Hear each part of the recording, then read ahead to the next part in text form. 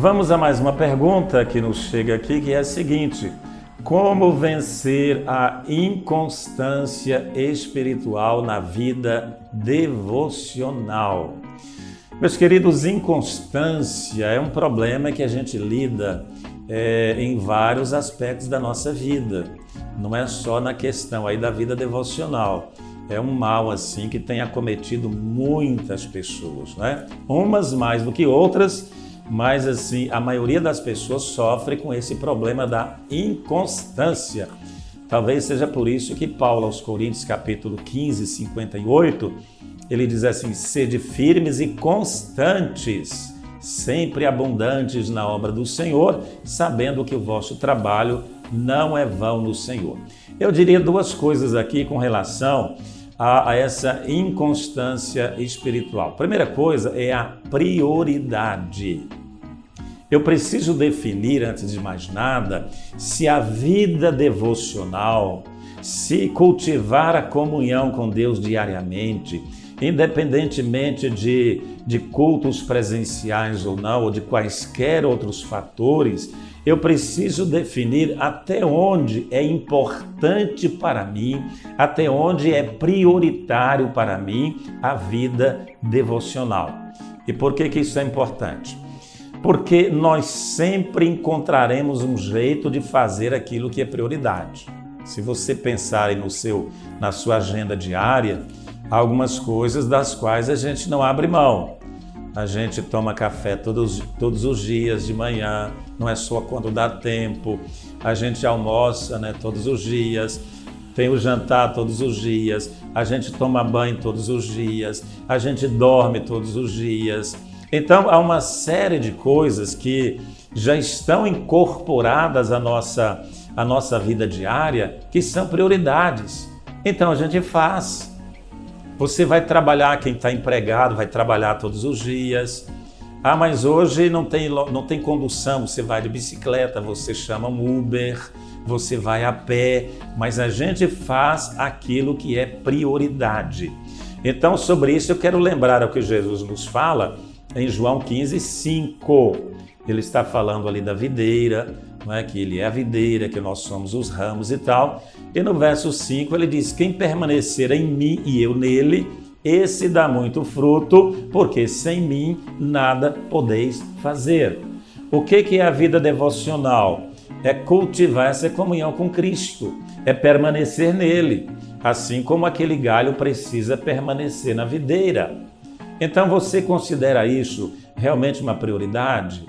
Ou isso aí é uma coisa que não importa tanto, que você consegue sobreviver aí, não é, esporadicamente fazendo a leitura bíblica, esporadicamente participando de um culto coletivo, fazendo uma oração? O que você acha? O que você me diz?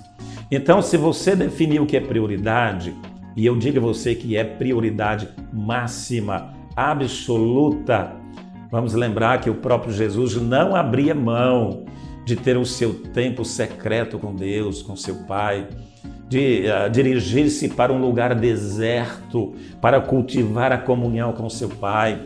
E não era só para nos dar o exemplo, era porque ele estava vestido dessa roupagem humana e, portanto, estava vulnerável ao pecado. Ainda que ele nunca tivesse pecado e ainda que ele tenha encerrado o seu ministério sem jamais pecar, mas ele estava vulnerável ao pecado. Ele precisava dessa comunhão com o Pai. Era isso que o mantinha de pé, era isso que lhe dava força, vigor, determinação para que ele pudesse cumprir o seu ministério. Em segundo lugar, disciplina. Nós precisamos criar certos hábitos, precisamos ter disciplina nas coisas que nós fazemos. Então, Paulo vai usar, por exemplo, na carta aos Coríntios, a figura do atleta cristão, e ele fala que ele está pensando ali nos Jogos Olímpicos, ele está usando a disciplina daqueles atletas. Imagine vocês quantas horas por dia um atleta, não só daquele tempo, mas dos nossos dias, ele precisa treinar exaustivamente. Ele repete o mesmo movimento dezenas de vezes ao dia, são milhares de vezes ao ano. E então ele tem uma disciplina rigorosíssima, porque ele sabe da importância disso para alcançar o resultado final, que no caso do atleta lá, era vencer aquela prova e receber o prêmio, né? Receber os louros, os aplausos, etc. E Paulo fala que nós, sendo atletas cristãos, muito mais precisamos nos disciplinar, ainda mais porque o nosso prêmio não é corruptível. O nosso prêmio não é uma coroa aí de metal, né? Mas o nosso prêmio é a coroa da vida, é participar da glória de Cristo, da sua própria natureza. Então nós precisamos dessas duas coisas. Definir se vida devocional é realmente prioridade e, em segundo lugar, criar uma disciplina. No dia anterior, se você tem o hábito aí de fazer a sua agenda do dia seguinte, você vai colocar lá, de tal hora a tal hora, devocional.